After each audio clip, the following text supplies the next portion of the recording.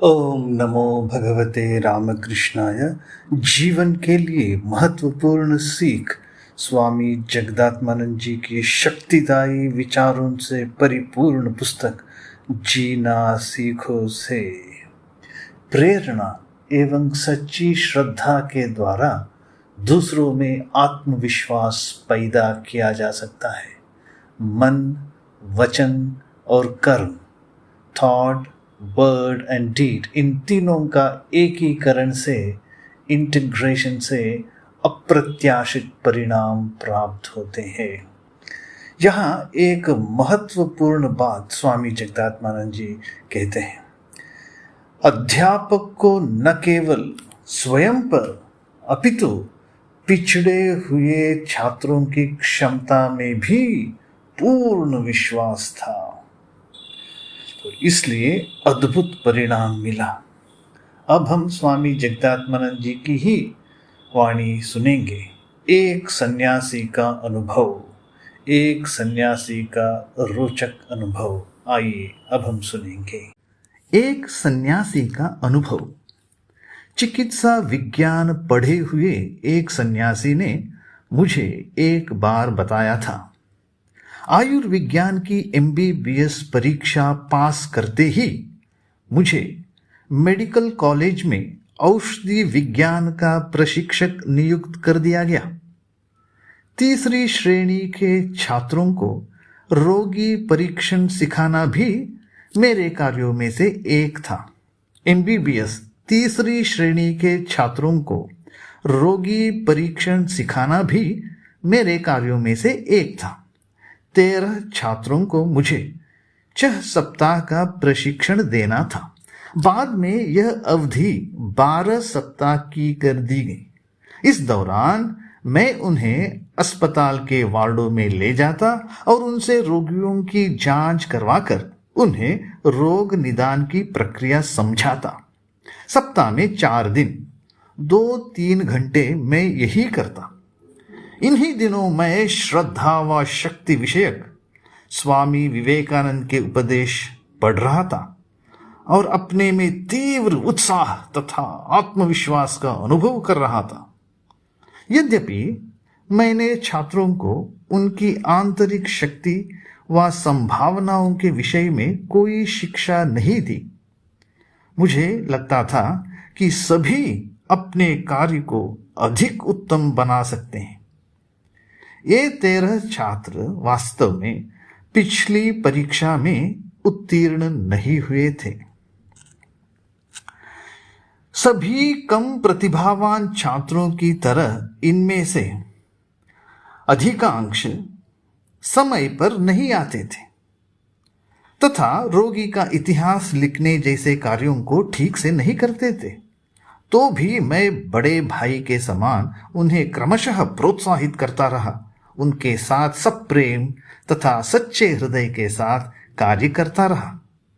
यदि कोई छात्र नहीं आता तो मैं उसकी ओर अधिक ध्यान देता ताकि वह अपने छूटे पाठ को पूरा कर सके। इस प्रकार प्रत्येक छात्र में मैं व्यक्तिगत रुचि लेता था। इसके फलस्वरूप सभी छात्र अगली तथा उसके बाद की सभी परीक्षाओं में उत्तीर्ण होते गए। उनमें से एक को प्रथम श्रेणी भी मिली थी। स्वामी विवेकानंद की प्रेरणा तथा अनजाने में ही मेरे द्वारा हर छात्र में आत्मश्रद्धा जगाने के कारण ही यह सफलता प्राप्त हुई। स्वामी विवेकानंद की प्रेरणा तथा अनजाने में ही मेरे द्वारा हर छात्र में आत्मश्रद्धा जगाने के कारण ही यह सफलता प्राप्त हुई। यहाँ एक महत्वपूर्ण बात यह है कि अध्यापक को न केवल स्वयं पर अपितु पिछड़े हुए छात्रों की क्षमता में भी पूर्ण विश्वास था।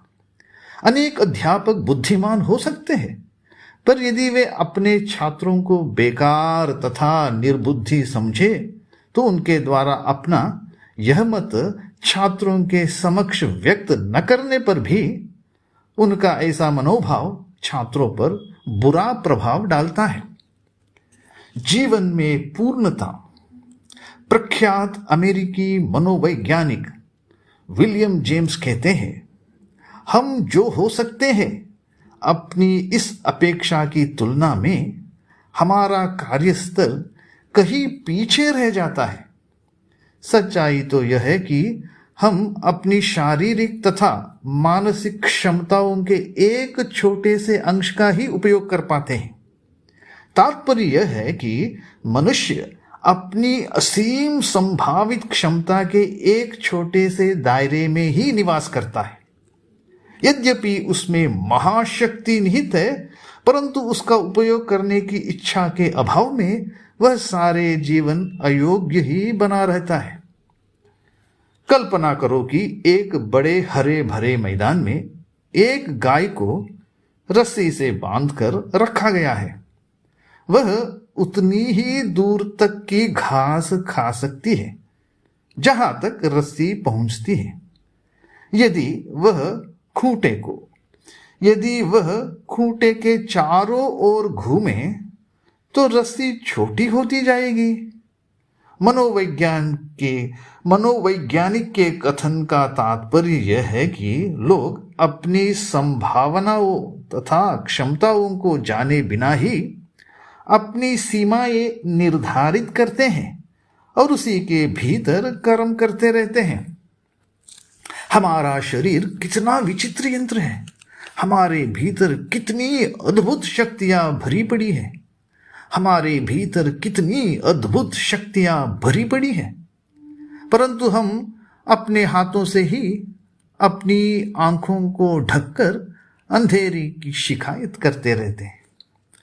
जीवन में हमारी कोई आकांक्षा या निश्चित ध्येय नहीं है।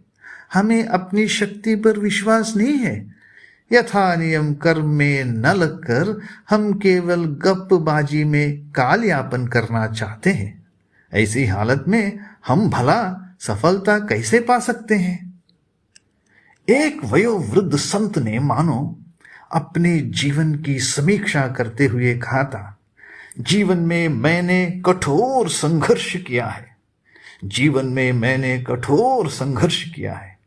यह एक ऐसे जीवन की समीक्षा है जिसमें सतत चेष्टा, अथक परिश्रम और अदम्य साहस के साथ कष्टों तथा कठिनाइयों का सामना किया गया था।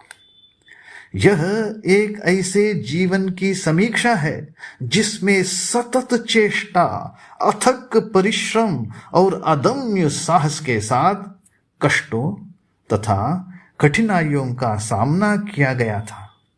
हमारी सफलता इस बात पर निर्भर करती है कि हम अपने जीवन का प्रति क्षण, प्रति घंटा और प्रतिदिन कैसे बिताते हैं। हमारी सफलता इस बात पर निर्भर करती है कि हम अपने जीवन का प्रति क्षण, प्रति घंटा और प्रतिदिन कैसे बिताते हैं। जो लोग सदैव ही निर्णय लेने से कतराते रहे और कोई कदम उठाने से हिचकिचाते रहे, वे क्या अपने जीवन के अंत में नहीं कहेंगे कि ओ मेरा समय बेकार की बातों में चला गया, ओ मैं सभी उपयोगी वस्तुओं को छोड़कर केवल मृग तृष्णा के पीछे ही दौड़ता रहा, ओह मैं अपने मित्रों की आशाओं पर खरा नहीं उतर सका और मैंने अपने विरोधियों को हंसने का मौका दिया। वैसे मैं असफल नहीं रहा, तथापि मेरी उपलब्धियां सामान्य हैं। क्या आप भी आगे चलकर ऐसे ही शब्दों में अपने जीवन का विवरण देना पसंद करेंगे? आपके जीवन में विशेष उद्देश्य न होने के कई कारण हो सकते हैं।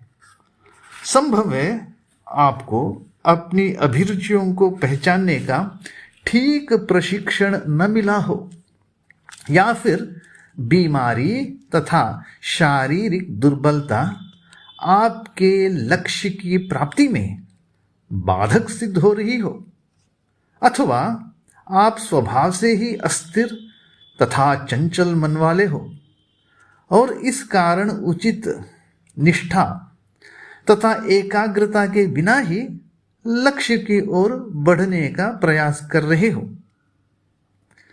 आप स्वभाव से ही अस्थिर तथा चंचल मन वाले हो और इस कारण उचित निष्ठा तथा एकाग्रता के बिना ही लक्ष्य की ओर बढ़ने का प्रयास कर रहे हो, या फिर शायद आपको अपने काम में रुचि न हो या उसके लिए आवश्यक योग्यता न हो सकता है कि अपनी योग्यता तथा क्षमता दिखाने का अवसर ही न मिला हो, या फिर जीवन के अनेक क्षेत्रों में मिली हुई असफलताओं ने आपको निराशावादी बना दिया हो, अथवा अपनी उपलब्धियों के अभाव का सारा दोष आपने भाग्य, विधि, ग्रह नक्षत्रों या प्रारब्ध पर मढ़ दिया हो। अपनी जीवन प्रणाली का विश्लेषण कीजिए और सावधानी पूर्वक विचार करके अपना जीवन लक्ष्य निर्धारित कीजिए, क्योंकि लक्ष्य विहीन जीवन बिना पतवार की नाव के समान इधर उधर भटकता रहता है।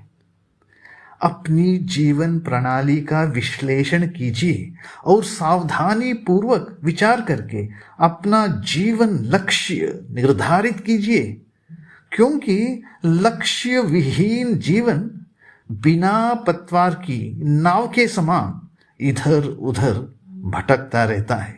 ओम शांति शांति शांति। हरि ओम तत्सत। श्री राम कृष्णार्पणमस्तु।